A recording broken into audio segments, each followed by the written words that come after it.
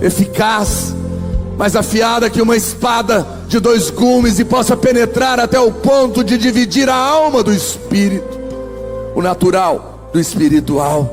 Ela possa cortar fora todo o laço do inimigo e liberar a fé no nosso coração, no coração da igreja, para as grandes coisas que o Senhor tem para fazer nas nossas vidas, no nosso meio, nesses dias de multiplicação. E se você crê, diga amém, diga mais forte amém, diga aleluia, diga glória a Deus. Dê um forte aplauso a Ele, meu irmão. Aleluia. Os irmãos podem se assentar. Glória a Deus, glória a Deus, glória a Deus. Eu penso que tudo que acontece na vida da igreja é algo profético. Nem sempre nós planejamos as coisas, mas elas acontecem, como foi o caso da Praça da Bíblia. Nós somos uma igreja na cidade, amém, irmãos? Nós nos reunimos em 10 lugares diferentes, mas somos uma só igreja. E quando algo acontece, como foi esse fato, isso é uma sombra natural de coisas espirituais. Há um ano atrás, nós fomos atacados terrivelmente, uma tragédia, um tempo de vergonha, de pessoas falando mal de nós, se levantando, julgando, condenando, dizendo que talvez fosse algum juízo de Deus. Mas nós sabemos em quem nós confiamos, nós sabemos quem nos justifica, nós sabemos debaixo de qual aliança nós estamos, nós sabemos qual é a mensagem que nós estamos pregando nesse país, e nós sabemos muito bem qual o inimigo nós estamos lidando, e a fúria do inferno, para tentar envergonhar e parar a mensagem do Evangelho, que tem o poder de transformar a vida das pessoas. E o Senhor, você está autorizado a dizer amém. E o Senhor fez um milagre muito grande, e não por menos, no ano da multiplicação, exatamente um ano depois, nós entraremos ali, e a glória da segunda casa será muito maior do que a primeira, porque nós estaremos inaugurando uma segunda arena, do mesmo padrão da Arena Bueno. Você vai ficar impressionado. O padrão será igual esse, para 2.600 pessoas. Não estará completamente pronto domingo, mais uns 3 meses a gente deve terminar tudo, mas com esse mesmo acabamento. É uma coisa, você vai sentir no mesmo lugar. E uma coisa vai ficar, impressionante que Deus fez ali. E isso, você fala, pastor, mas isso é só um prédio, é verdade. Mas as coisas naturais, elas são sombras das coisas espirituais. E Deus muitas vezes nos dá marcos. A casa que eu moro hoje, deve ter uns 3 anos para 4 anos que eu moro lá. Foi um milagre que Deus fez na minha vida. Naquela altura eu morava de aluguel, Deus me deu uma casa, e eu precisei reformar a casa, era uma casa antiga, e eu não conseguia terminar a reforma. Não sei se você já mexeu com reforma, então você tem misericórdia de mim. E nunca acabava, meu Deus do céu, e marcava data, e marcava data, e marcava data, acabava o dinheiro, porque acabamento é assim, né, irmãos? Acaba tudo, mas não acaba o bendito da construção. E um dia eu fui orar, falei, meu Deus, o que está acontecendo? Tem misericórdia, põe a sua mão. E Deus falou comigo, Ele falou, sabe qual é o seu problema? Por que você ainda não mudou? Porque você acha que você está só mudando de casa. É verdade. Você acha que eu só te dei uma bênção. É verdade. Mas tem algo por trás disso. Ele falou, eu não estou te mudando de casa, eu estou te levando para outro território. Porque a sua vida não é natural, é espiritual. Eu não movimento as peças, eu não movimento a sua vida só por capricho. Por trás da nossa vida, irmãos, tudo é espiritual. Você talvez não saiba disso. Muitas vezes você não entende, mas você não nasceu na família que você nasceu por acaso.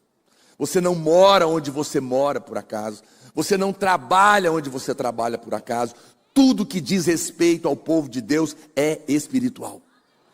Deus te colocou nesses lugares. Tem pessoas ali que eu não vou alcançar, mas Deus vai usar a sua vida. A sua oração vai fazer diferença na onde você vive para pessoas que talvez você nem conhece. As nossas células estão esparramadas porque o mundo espiritual está esparramado e Deus esparrama a sua igreja para exercer autoridade em todos os lugares. Nós não temos a visão aberta do mundo espiritual, mas Deus tem. Existe uma movimentação na cidade de Goiânia.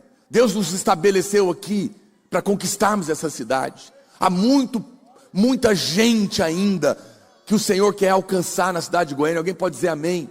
Assim como você teve a sua vida transformada, eu tive a minha vida transformada, e há muitas pessoas morrendo e clamando aí fora, né, desesperada, e Deus vai nos levar em todos os lugares dessa cidade. Deus está colocando um encargo, inclusive, no meu coração nesses dias.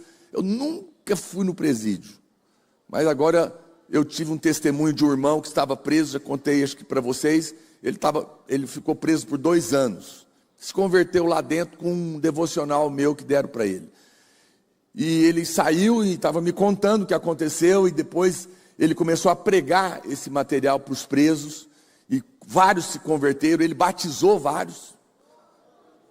Aí tem gente que pergunta, mas ele pode? Ah, por favor. E dava, ele falou, pastor, e eu fui embora e deixei lá, porque eles ficam revezando. E ele ainda me contou que muitos pastores legalistas que vão lá ainda brigavam com ele. Eu falei, puxa vida, não tem mais o que fazer na vida, não. Eu falei, não, irmão, nós vamos dar e aquilo ficou no meu coração. Eu contei um testemunho no encontro, fiquei com vontade de dar um devocional para cada preso, eu nem sei quantos que tem aqui em Goiânia, mas um irmão que estava lá me ouviu e falou assim, não, eu sou agente penitenciário, eu trabalho lá dentro. Então você vai abrir a porta, porque nós vamos pregar nas cadeias, vamos pregar nos hospitais, vamos pregar em cada bairro dessa cidade, cada célula, e nós vamos proclamar o evangelho, porque esses são dias em que o Senhor está às portas. Você está vendo o que está acontecendo no nosso país. Irmão, eu sinto no meu espírito dizer isso. O Espírito diz para nós nessa manhã, meu povo, preste atenção, abra os seus olhos, eu estou me movendo nesse país. As coisas não são naturais, não é nada a ver com homens, tudo tem a ver com Deus e o mundo espiritual. O que está em jogo no nosso país não é política, são pessoas. O Brasil não é feito de coisas, é de gente. Gente que está sendo roubada, oprimida, enganada, presa, cegada, que o diabo quer levar para o inferno. Os irmãos nos conhecem, não temos aqui interesse nenhum de me envolver com essas coisas, mas Deus está se levantando, e não por menos usando os seus servos, que Ele tem em lugares podres, e você sabe o que eu estou falando.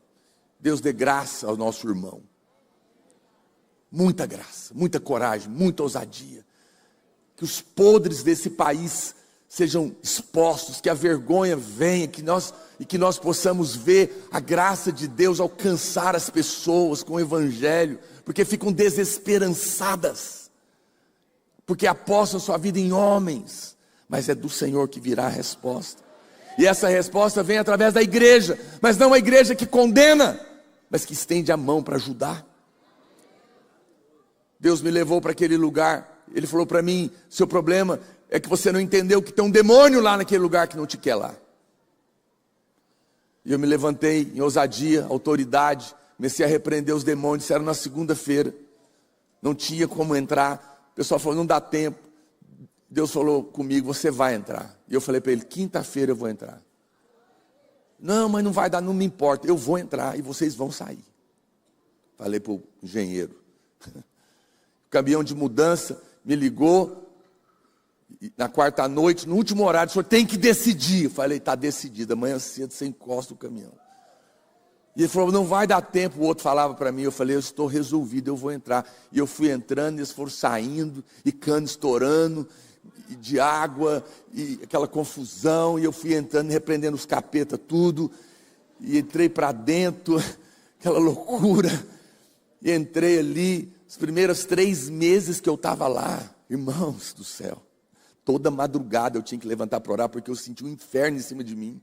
Falei, barbaridade, eu vim para a bênção.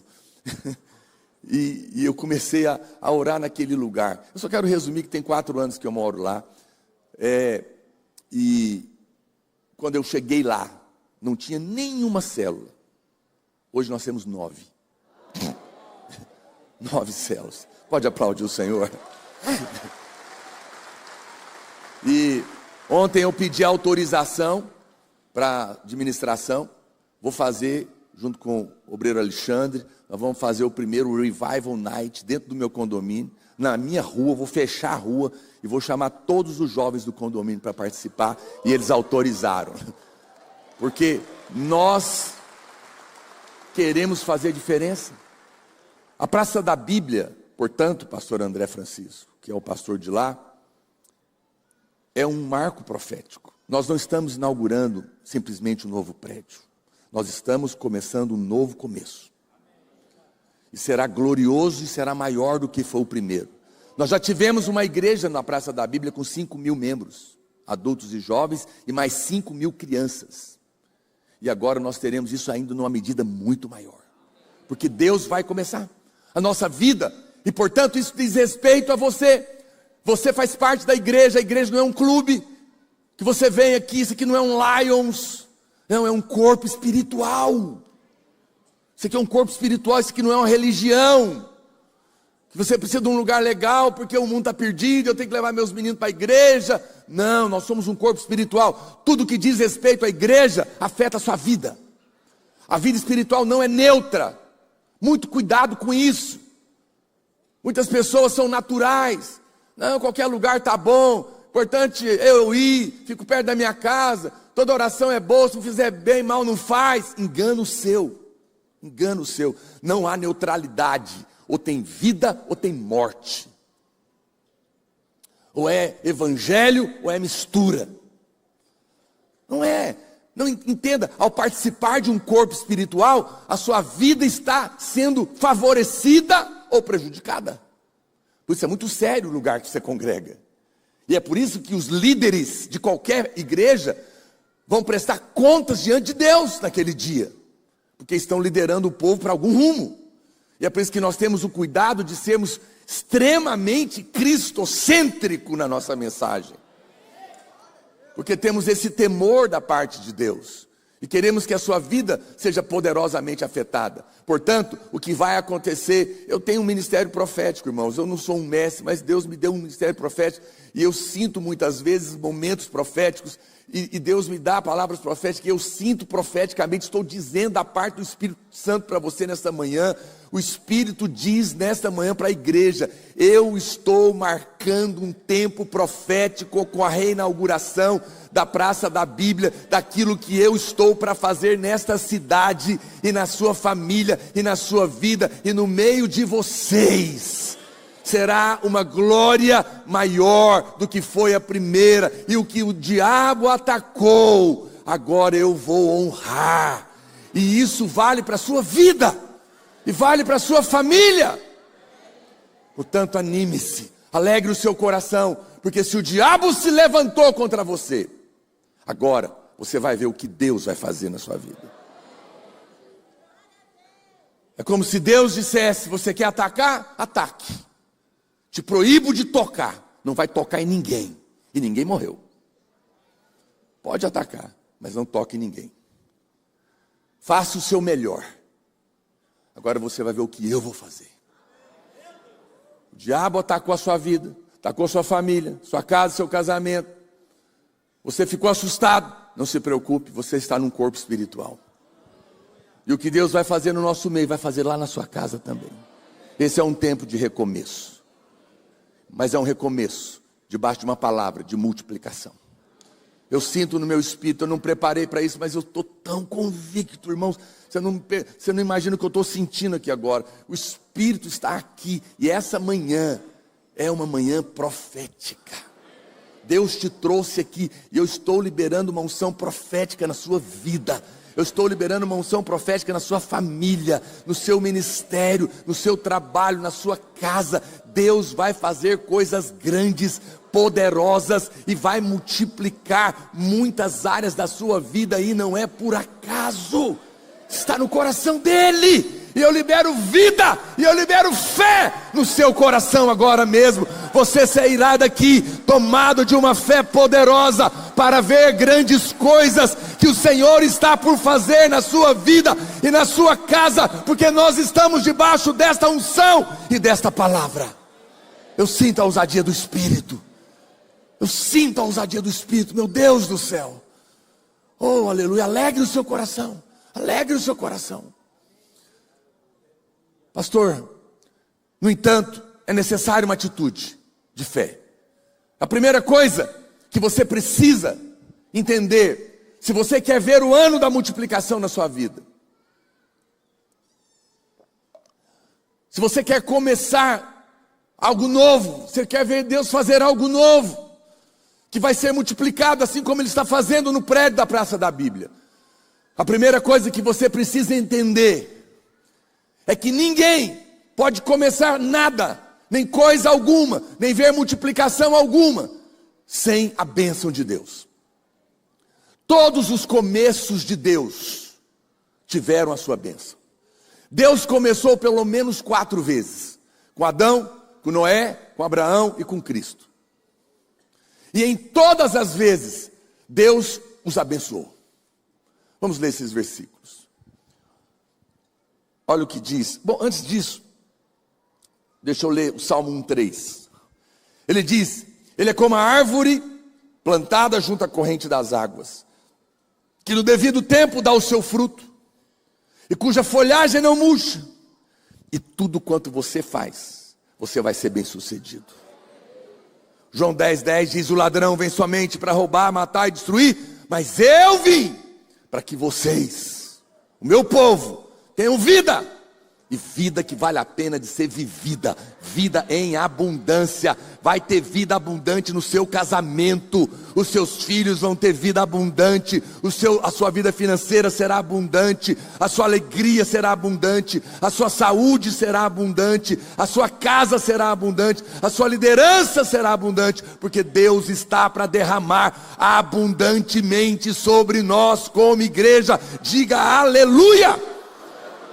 É muito importante que quando Deus está profetizando, você diga amém, porque você está recebendo. Eu falo em amor, não estou pegando no seu pé. Deus está profetizando aqui hoje. Vai recebendo, tem o Espírito pronto para receber. A Bíblia diz, então, aqui, em Gênesis capítulo 1, verso 22, e Deus os abençoou. Deus os abençoou dizendo: sejam fecundos, multiplique-se, encha a terra, enche as águas dos mares na terra, se multiplicam as aves. Deus é um Deus que abençoa para multiplicar. A multiplicação ela é inerente à criação. Tudo que Deus criou, as plantas, os animais e os homens, receberam uma bênção específica e especial. Uma bênção para que a sua vida tenha sucesso. Multiplique, multiplique, multiplique. Deus quer que você multiplique. Isso é uma grande bênção na nossa vida. Tudo que é nosso é para crescer e multiplicar, porque nós somos um povo abençoado. Você não faz parte de uma família amaldiçoada. A sua família terrena pode não ter dado certo, mas a sua família espiritual já está decretado. Eu te abençoo, vai crescer, vai multiplicar, e tudo que você colocar às suas mãos, você será bem sucedido. Talvez a sua vida não tenha sido assim, mas não se desespere. O nosso Deus é especialista em transformar maldição em bênção. E mesmo que você tenha errado, mesmo que você seja o culpado, a história não terminou. Onde abundou o pecado, multiplicou a graça, superabundou a graça. E mesmo nos seus erros, você verá a bênção e a multiplicação de Deus na sua vida. Olha o que diz a Bíblia, Gênesis capítulo 1, 22, então: e Deus os abençoou dizendo: seja fecundo, multiplique, enche a terra, enche as águas do mar, da terra multiplica as aves. Gênesis 9:1, nós sabemos que Adão pecou. Adão tinha a bênção de Deus para ver a multiplicação. Adão tinha a bênção de Deus para povoar a terra, tinha autoridade sobre os animais. Olha para cá, qual foi o problema de Adão? O jardim era enorme. Eu não me lembro mais, outro dia eu estava lendo, a extensão dele era como assim, o estado de Minas e talvez de São Paulo junto. Não era um jardinzinho da sua casa, não. Tinha milhares de árvores, enorme, fazenda enorme. Só uma ele não era para ele comer. O resto era tudo dele. Aquela era de Deus. A árvore do conhecimento do bem e do mal. Mas Deus tinha abençoado ele para ser feliz e abundante, multiplicar. Mas no dia que ele come da árvore do conhecimento do bem e do mal, ele estava dizendo, em outras palavras, eu não preciso da sua bênção para conseguir dar conta de mim. O maior erro da humanidade é tentar ser abençoado sem Deus, na força do seu braço. O que Deus vai fazer na sua vida por causa da bênção dele. Não seja como Adão, não faça isso.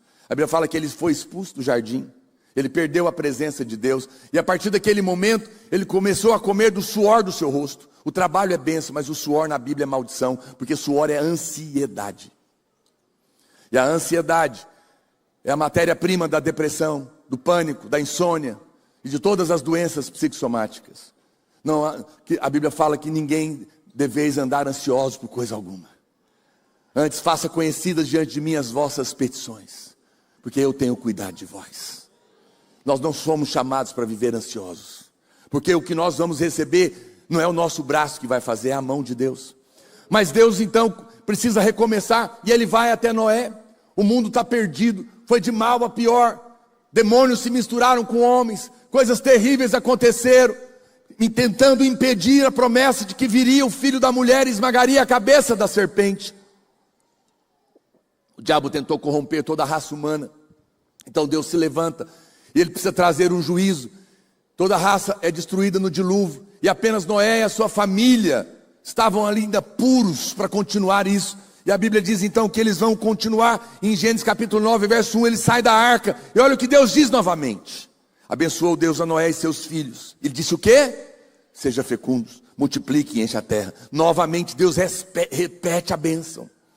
Eu abençoo, para quê? Para multiplicar, para crescer. Eu tenho isso para vocês, isso faz parte da identidade do meu povo. Vocês são abençoados. Irmão, você é abençoado. Pare de te amaldiçoar, pare de discordar de Deus, isso é pecado. Mas eu não estou vendo. Mas não muda o fato, você é abençoado.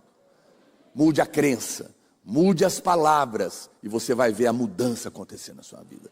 Não fale o que você está vendo, fale o que você está crendo. Não fale o que o diabo está te mostrando, fale o que Deus está te mostrando. Ah, pastor, mas contra fatos não há argumentos. Deus não trabalha com fatos, Deus trabalha com a verdade. O diagnóstico do médico é um fato, você está doente, mas a verdade do Evangelho diz que Ele carregou na cruz as suas enfermidades. Fique com o Evangelho. Seja Deus verdadeiro e o diabo e o diagnóstico da mentira do diabo. Olhe para Deus. Você está chamando a existência. Noé recebe a bênção de Deus, e a história segue. Mas tem um momento que Deus precisa fazer uma aliança com os homens, e Ele chega até Abraão, porque Abraão agora vai ser o pai da fé, do qual vai descender o Cristo, que vai chegar até nós.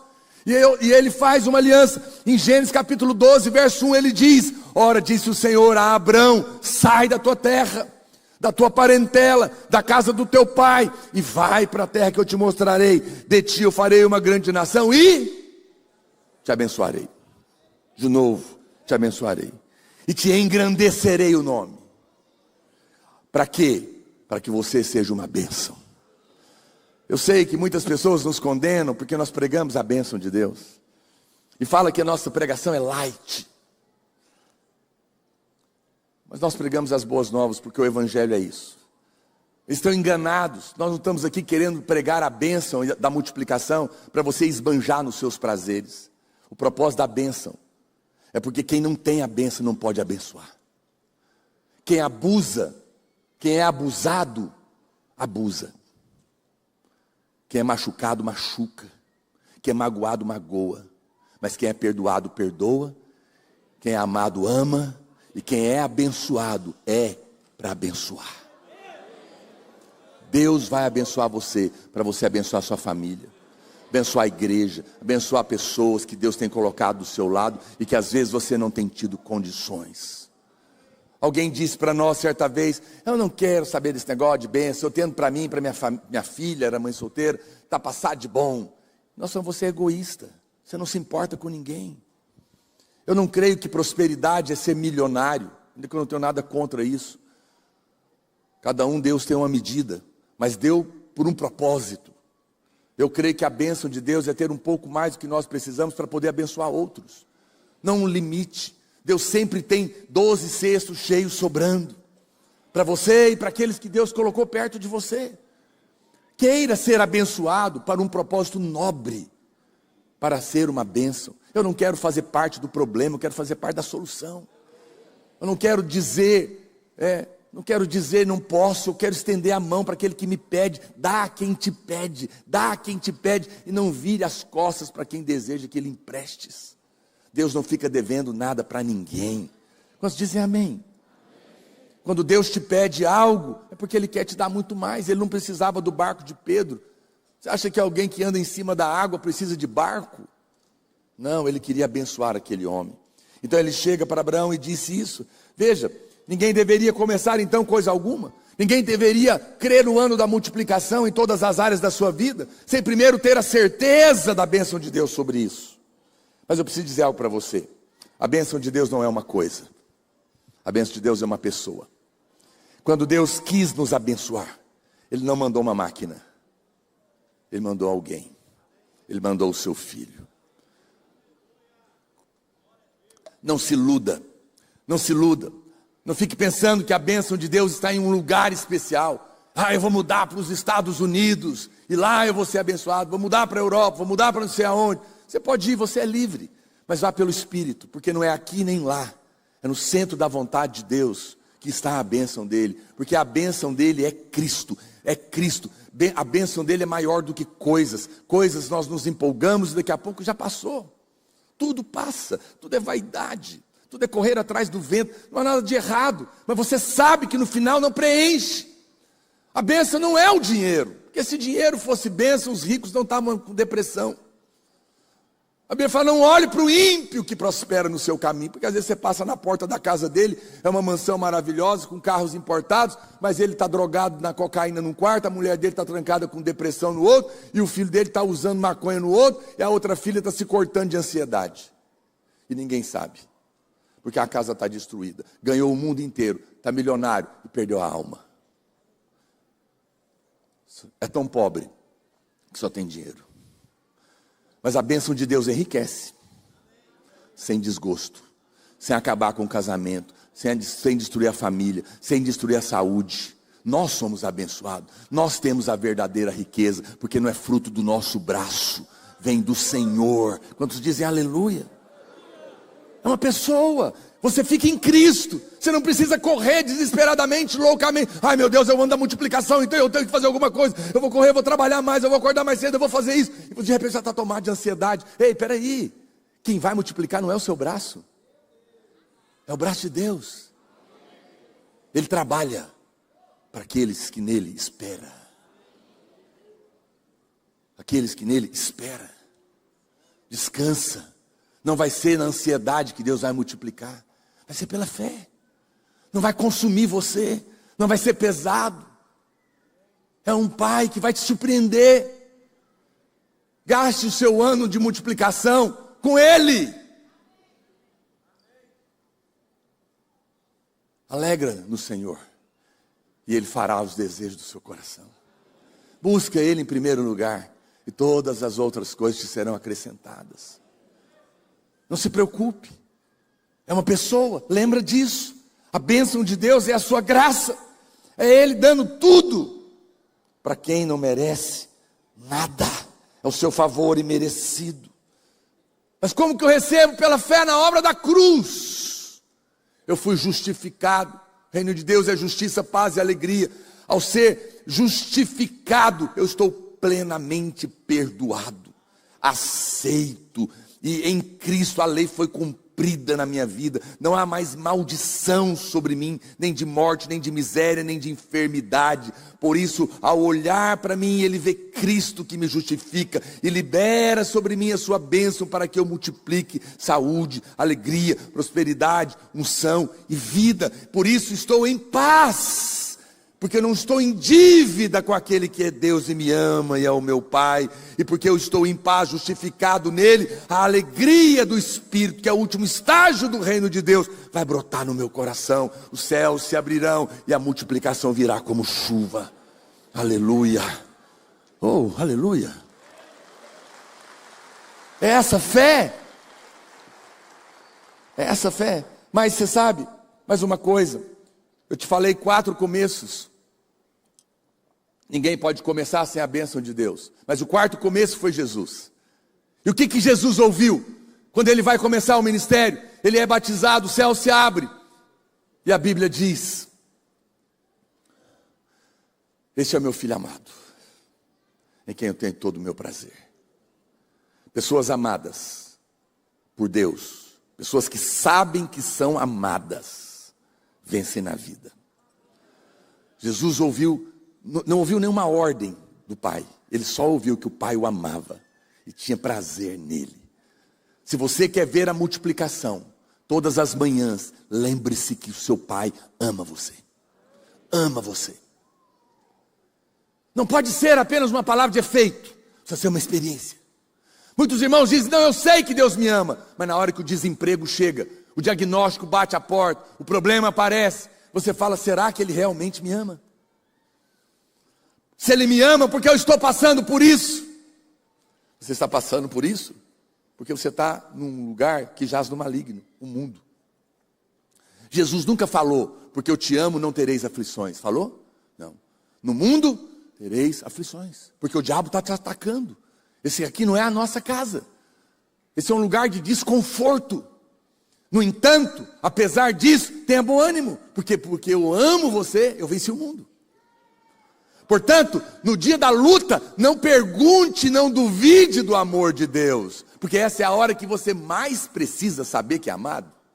No meio da luta, diga: eu não sei porque eu estou passando, ou talvez até saiba, talvez fui eu mesmo que aprontei, ou foi o diabo que me atacou, eu não sei exatamente, mas uma coisa eu sei, seja erro meu, ou ataque do inferno, ou circunstância da vida, eu sei que eu tenho alguém que me ama, e Ele é o meu Pai, e o seu braço está estendido para me tirar deste lugar e mudar a minha sorte, e porque eu sou um filho amado, e não recebi o espírito da escravidão, não recebi o espírito da orfandade, eu não viverei com medo, porque o espírito do medo foi expulso pelo amor de Deus que foi derramado no meu coração, pelo Espírito Santo que me foi outorgado. Eu lanço fora todo medo, porque aquele que não poupou o seu próprio filho, antes por mim o entregou como prova de amor, está com o seu braço estendido para me tirar dessa circunstância, para trazer cura, para trazer libertação, para trazer restauração,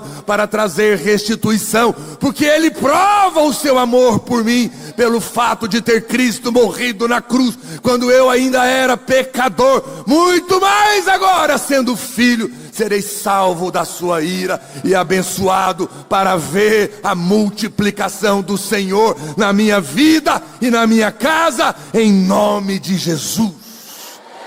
Aleluia, aleluia, aleluia. Oh, glória a Deus. A prova do amor de Deus é a morte dele. Não duvide. A prova do amor de Deus não é a ausência de problema. A prova do amor de Deus não é uma bênção, é a morte na cruz. A Bíblia diz categoricamente: Deus prova o seu amor pelo fato de ter Ele morrido na cruz quando eu ainda era pecador. Eu posso dizer todos os dias, e digo isso para minha mulher: eu te amo, e faço ela me beijar, beijinho de 6 segundos. Faça o teste. Eu li isso, não sei se é verdade não, mas é bom. Às vezes eu vou sair, está com pressa, ela fala: não, negócio de mandar beijinho para mim não. Aí ela, então, eu falei, não, é 6 segundos. 6 segundos não vai mudar a sua vida, mas pode mudar o casamento. E às vezes eu aperto, ela não solta nem no 6. Já na boca é muito bom, você deveria fazer isso. Todos os dias com o seu cônjuge, quantos dizem amém? Faça o teste, beija 6 segundos, não beija menos que isso não. Mas você sabe, pode ser que apesar de eu falar todos os dias para minha mulher que eu a amo, talvez em algum momento ela desconfie, por alguma razão. Talvez eu fui áspero, talvez eu fui indelicado, perdi a cabeça, fiquei nervoso. Talvez ela pense em algum momento, será que ama mesmo? Porque a hora que está tudo bem, quer beijar 6 segundos.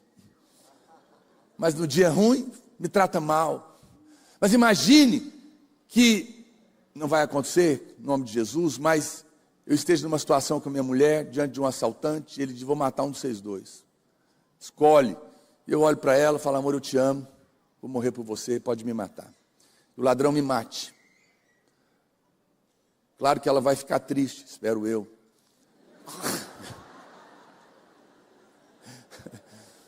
Mas uma coisa é certa, ela nunca mais vai duvidar do meu amor. Porque a morte de alguém em favor de outro é a prova cabal e definitiva do amor.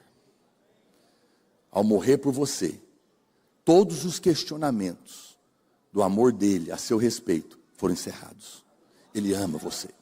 Nunca mais duvide disso, porque filhos amados veem a multiplicação dos céus sobre a sua cabeça. Amém, irmãos? Você é amado, você é amado.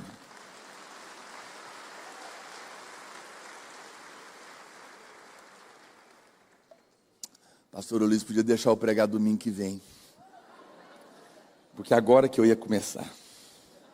Foi só a introdução, pastor André. Por que isso acontece comigo? Poxa vida. Você sabe, o maior mandamento da lei é a obrigação de ter que amar a Deus. Mas o maior mandamento da graça é que Deus te amou primeiro.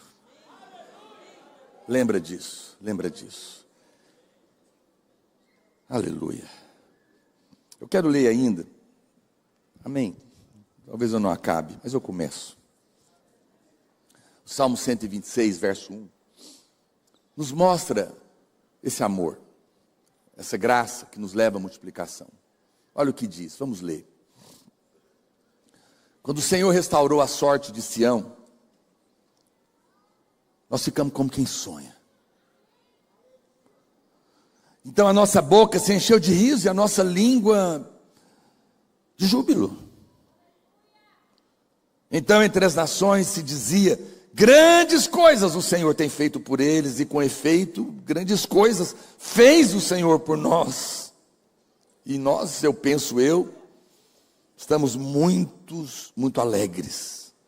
E penso nós, como videira, temos razões para isso nesses dias. Deus mudou a nossa sorte na praça da Bíblia.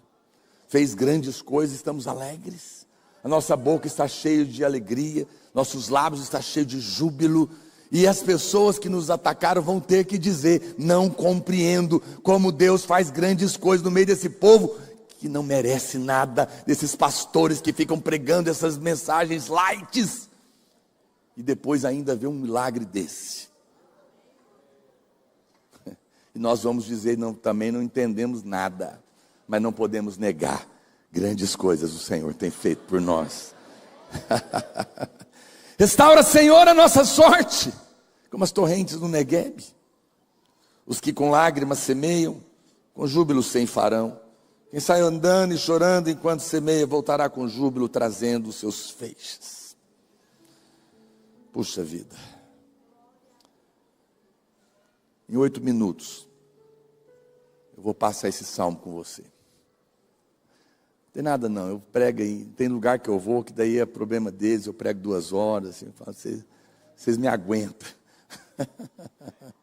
De noite eu termino. Você sabe, esse é um salmo maravilhoso, porque é uma história de mudança de sorte.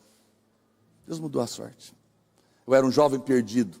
No dia 2 de maio de 1990, vai fazer 36 anos, Deus mudou minha sorte. Eu nasci de novo.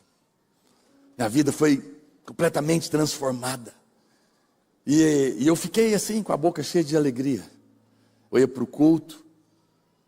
Deus sabe, os irmãos que viviam perto de mim, era tanta alegria, tanta coisa inexplicável. Cheguei na minha casa, chorei por 2 horas. Minha mãe, eu que era perdido, ficava 3 dias em festa na rua. Tinha 21 anos, minha mãe chegou, o que é isso? O que você está inchado, tanto chorar? Falei, mãe, eu não sei explicar direito, parece que eu virei crente. Eu flutuava, eu não era eu. Eu ia para o culto e o pastor falava, Jesus, eu despencava, chorava, deitava debaixo do banco e 36 anos se passaram e eu continuo chorando todos os dias. Não aceite essa conversa de primeiro amor. O primeiro amor na Bíblia é o dele. Ele nos amou primeiro. Então eu nunca vou perder o primeiro amor. Depois, Deus continuou mudando a minha sorte, porque eu era feio de doer, não me julgo bonito, mas pelo menos cabelo agora eu tenho. Fala a verdade, ficou bom. Você falou mal de mim, mas eu abençoo quem me deu e abençoo a irmã que fez. E ela é daqui, ela é profissional, já fez mais de 1000, o povo vem de fora para fazer, eu recomendo. Mas tem que orar para crescer. Pastor vaidoso, está perdoado, amado, Deus que te justifica. Mas se você me ver na situação que eu casei, você vai entender que mais uma vez Deus mudou a minha sorte. Olha aqui, como que pode uma mulher... Outro dia eu falei para ela, amor, eu não consigo entender como que você casou comigo. Eu estava quebrado, desempregado, pesava 69 quilos, porque jejuava 21 dias na água, parecia um bicho esquisito. Eu fiz uma oração, eu orava, falava, Deus, cega ela. A minha mulher, ela sabe, é uma das maiores bênçãos que eu recebi na minha vida. Mudou a minha sorte de novo. Eu estava desempregado por 3 anos. Deus abriu uma porta, uma multinacional, para ganhar meio salário mínimo mais comissão. E no primeiro mês, eu ganhei a dinheiro de hoje, talvez já no primeiro mês, na verdade em 15 dias, 30 mil reais. E depois 40 e 50. E fiquei 4 anos e 4 meses ganhando muito dinheiro. Comprei carro, comprei casa. Viajei. Deus mudou a minha sorte de um apartamento emprestado, de um Chevette a álcool fundido. Desempregado há 3 anos para grande prosperidade. Em 15 dias Deus mudou a minha sorte. Mudou a minha sorte. Depois, eu fui chamado para andar ao lado do pastor Aloysio, ser discípulo dele e começar a videira com ele na minha casa. Deus mudou minha sorte. Me colocou aqui para pregar nessa igreja maravilhosa. Deus mudou a minha sorte. Eu não sou melhor do que você. Nós temos o mesmo Pai. Ele vai mudar a sua sorte também. Ele está mudando a sua sorte. E você vai ficar como quem sonha. E a sua boca vai se encher de riso. E isso vai acontecer nesse jejum. Eu creio nisso, eu profetizo isso na sua vida. Portanto, eu não sei como você está. Mas acredite em mim. Não vai ficar do mesmo jeito. Mas sabe o que é interessante? Deixa lá no verso 1. A Bíblia fala, olha o que está escrito aqui. Quando o Senhor restaurou a nossa sorte. Quem vai restaurar a sua sorte? Você? Algum homem? É Deus. Olha para cá. Por que não pode ser você? Porque aquilo que o seu braço luta para mudar, o seu braço terá que defender. Será pesado, limitado e frustrante. Mas o que o braço de Deus restaura, Ele guarda, Ele protege, Ele defende, Ele sustenta. E se Deus restaura a sua sorte, que o diabo não se meta com você, que homem nenhum se meta com você, porque o que Ele faz é definitivo, não é pesado, é leve. E quem vai restaurar a sua sorte nesses dias de multiplicação, será Ele. E você ficará como quem sonha. Quando a sua sorte, a sorte do seu casamento, da sua saúde, do seu trabalho, das suas finanças forem restauradas, Ele vai trazer junto novos sonhos que haviam se perdido. Eu sinto isso no meu espírito. Os irmãos me deixam aí até 12:30? Sério? Não, mas não vai embora não. Aí eu te engano mais 5. Sabe, aquela coisa, vamos ficar de pé, estou encerrando. Tal. Só para eu terminar. Deus falou isso no meu coração. Tem pessoas aqui que passaram situações difíceis e você parou de sonhar. Mas Deus vai fazer uma mudança tão grande na sua vida. O braço dele vai fazer isso.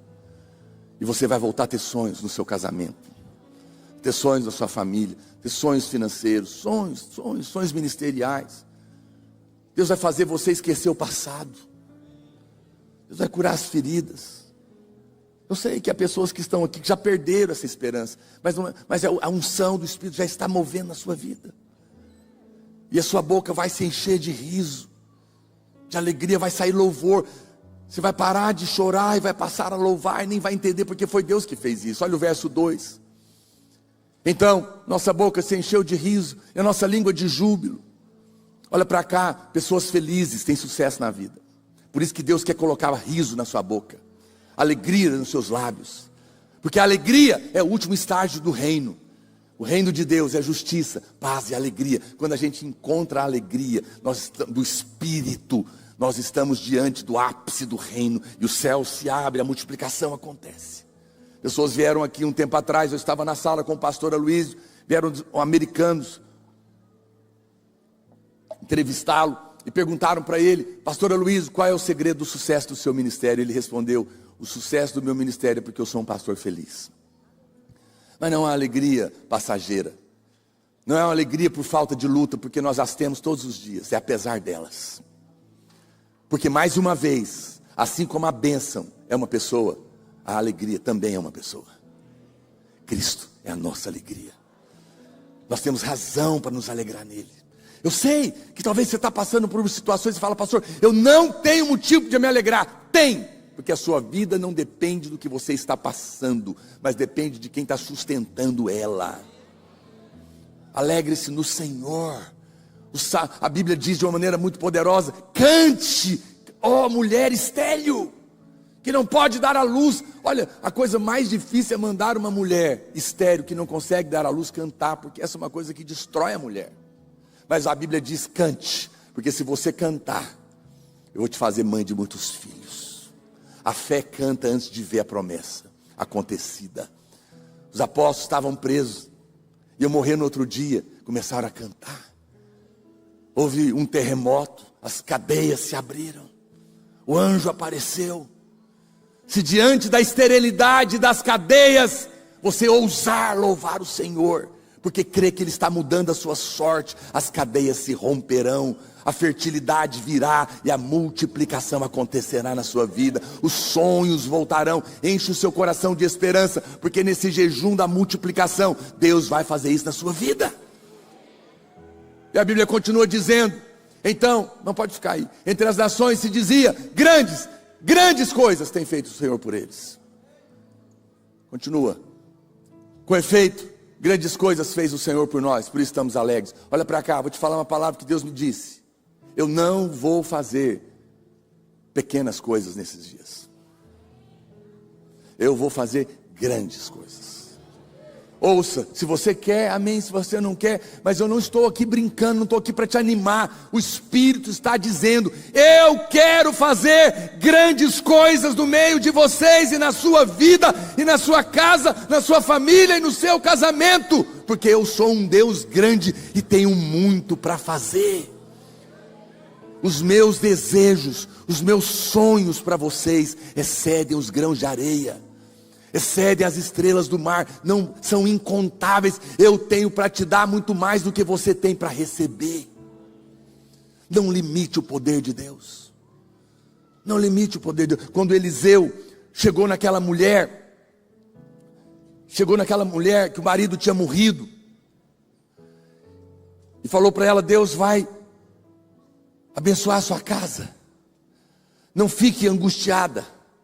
E a Bíblia diz que ele falou para ela: vai lá, pega as vasilhas. 2 Reis 4:3, olha o que ele diz, depois a gente volta. Então disse ele: vai, pede emprestada vasilhas a todos os teus vizinhos, Vasilhas vazias. Vazias. Lê para mim a última frase. Não poucas, muitas. Pede muito. Pede muito. Pega muito, porque Deus tem muito para dar. E a Bíblia diz que quando as vasilhas acabaram, o azeite parou. Não é Deus que limita o tanto que Ele tem para te dar. É você, sua fé, a quantidade de vasilha que você vai pegar. Deus quer que você peça muito. Porque quem pede muito, acredita que Ele é um Deus grande e poderoso. Peça sem merecer. Peça sem perguntar como. Peça sem perguntar quem vai te dar. Peça a casa que você quer, o carro que você quer, a viagem que você quer, a unção que você quer. Peça o que está no seu coração. Peça os sonhos grandes que Ele vai colocar na sua vida. Maria fez Jesus se sentir muito mais Deus do que Marta. Porque Marta servia, mas Maria recebia. Ele é Deus, Ele tem para dar. E nós precisamos receber. Pessoas que dizem que só tem para agradecer são arrogantes. Porque estão dizendo que não precisam, que se bastam. Mas os dependentes têm muito a pedir. Eu ouvi um pastor dizendo que ele foi nos Estados Unidos e ele conheceu uma loja da família. Tudo custava $1, qualquer coisa. Ele disse que não se sentiu tão rico, pastor Adalmo, porque não precisava pela primeira vez olhar o preço. Tudo era $1. Saía pegando. Ele levou 2 malas, voltou com 7. Porque ele via coisas lá, tudo para os meninos. Nossa, esse brinquedo, meu Deus, esse brinquedo. Aí, nossa, olha esse pinico aqui como é que chama esse cachorrinho? Que o João gosta? Da Patrulha Canina. Nunca vi esse pinico da Patrulha Canina. E foi, onde eu vou colocar esse negócio? Meu Deus, isso é muito grande. Olha esse outro negócio. O que é isso? Nunca vi isso aqui. Eu vou ter que levar. E não sei como é que eu vou fazer, mas vou dar um jeito. E ele contando que ele foi arrumando as malas, que a confusão, voltou com 7 malas. E hora que ele chegou em casa, ele abriu aqueles negócios que os meninos nem tinham pedido, porque nem sabia que existia. Nem eu nunca vi pinico da Patrulha Canina. Acho que era a tampa de um vaso da Patrulha Canina. E os meninos ficaram norteados. Mas sabe qual é a lição? Que Deus falou com ele. Ele falou, você é homem. Você é mau. E você se preocupou em dar coisas para os seus filhos que eles nem pediram. E que eles nem sabem que existe. E se você que é mau pode fazer isso, você faz ideia do que eu estou querendo te dar. Deus quer te dar coisas que você nem sabe. Então peça, nesse jejum peça grande, peça muito. Porque Ele vai fazer grandes coisas. E isso será testemunho na sua família, no seu emprego. Vão dizer que eu conheço ela, não tem cabimento, ela está andando nesse carro. Oh, como é que casa com um marido desse, esse bonitão? Rico, cheio do Espírito. Olha esse pastor, como é que casa com uma mulher dessa? É porque ele tem feito grandes coisas. Como esse povo pode ter uma arena, derrubar a arena, acabar de pagar essa, ter que construir a outra, ainda comprar um lote. Uma área. Ah, meu Deus do céu. Nós não sabemos explicar. Você explica Ismael. Isaac não. Isaac é milagre. Nós somos o povo que recebemos. Continua o verso 4, vamos terminar. Restaura, Senhor. Restaura, Senhor, a nossa sorte. Diga comigo, restaura, Senhor, a minha sorte, como as torrentes no Negueb. Você sabe o que são isso? Eu até preparei um filminho, mas agora por causa do tempo, 2 minutos, acho que eu não vou passar. Você quer ver o que acontece com a torrente do Negueb? Passa aí um pedacinho, mas adianta ele. Bem rapidinho. Eu vou te mostrar como Deus vai fazer na sua vida. Você tem que entender o que é isso aqui. Porque talvez você está pensando que, amém, eu creio que Deus vai restaurar um dia. Talvez. Não. O salmista está dizendo que o que Deus vai fazer nesse jejum será como as torrentes no Negueb. Está hoje localizado no extremo sul da Palestina. Aumenta o som. O deserto do Negueb é uma grande extensão de terra improdutiva. No entanto, quando a chuva serôdia, que cai abundantemente na região por um longo período de tempo, a água é armazenada nas partes mais altas da região. E quando transbordam, formam as torrentes,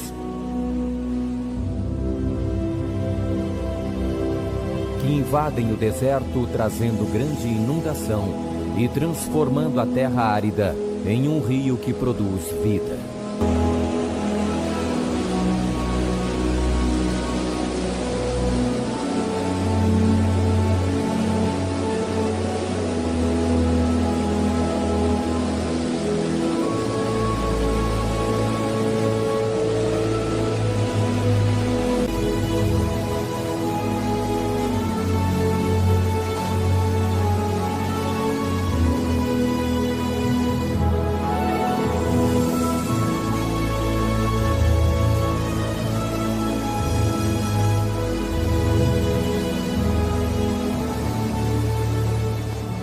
Quando o rio desaparece pela evaporação, o deserto se transforma em um manancial com as mais belas flores e um verde onde somente no Negueb se pode encontrar.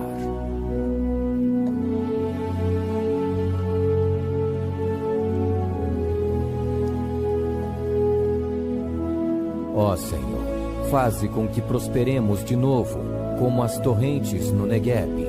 Aleluia, aleluia. Você sabe o que vai acontecer na sua vida nesse jejum? Deus não vai mudar a sua sorte devagar. Vai ser como as torrentes do Negueb. De repente, algo vai acontecer. Uma porta vai se abrir.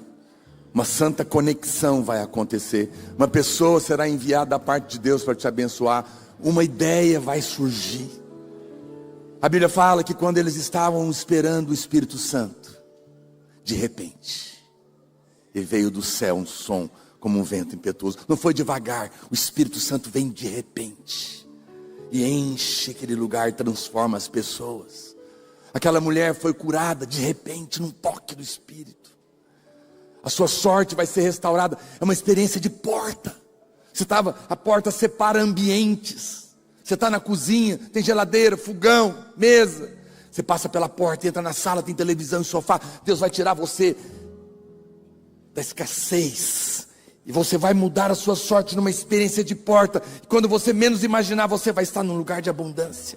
Ele vai tirar você da enfermidade. E por uma experiência de porta vai mudar a sua sorte e te levar para a saúde. Ele vai tirar você de um casamento destruído, abalado, traído, cheio de confusão. Vai te dar uma experiência de porta com Ele. Porque Ele é a porta. Ele vai mudar a sua sorte e você viverá os melhores anos do seu casamento. Ele vai tirar você de uma liderança escassa. Vai te dar o mover do Espírito numa porta. E vai te fazer frutífero e abundante em tudo que você fizer. Prepare-se, porque como as torrentes do Negueb, repentinamente, nesses dias de jejum, Deus vai mudar a sorte da sua casa e da sua família. Em nome de Jesus, verso 5, penúltimo. Os que com lágrimas semeiam, com júbilo ceifarão. Quem sai andando e chorando enquanto semeia, voltará com júbilo, trazendo os seus feixes. Fique de pé onde você está. Talvez você tenha chorado. Você tem até aqui passado dias difíceis. Talvez as noites estão longas, escuras. Mas eu quero te dizer algo, olha para cá. Não há noite escura que não amanheça. Ele é o sol da justiça. A noite está passando e o sol vai nascer. Enche o seu coração de esperança, porque no jejum da multiplicação, Deus vai restaurar sua sorte. Será como as torrentes do Negueb, repentinamente, e você e a sua casa se encherão de júbilo e voltarão a sonhar.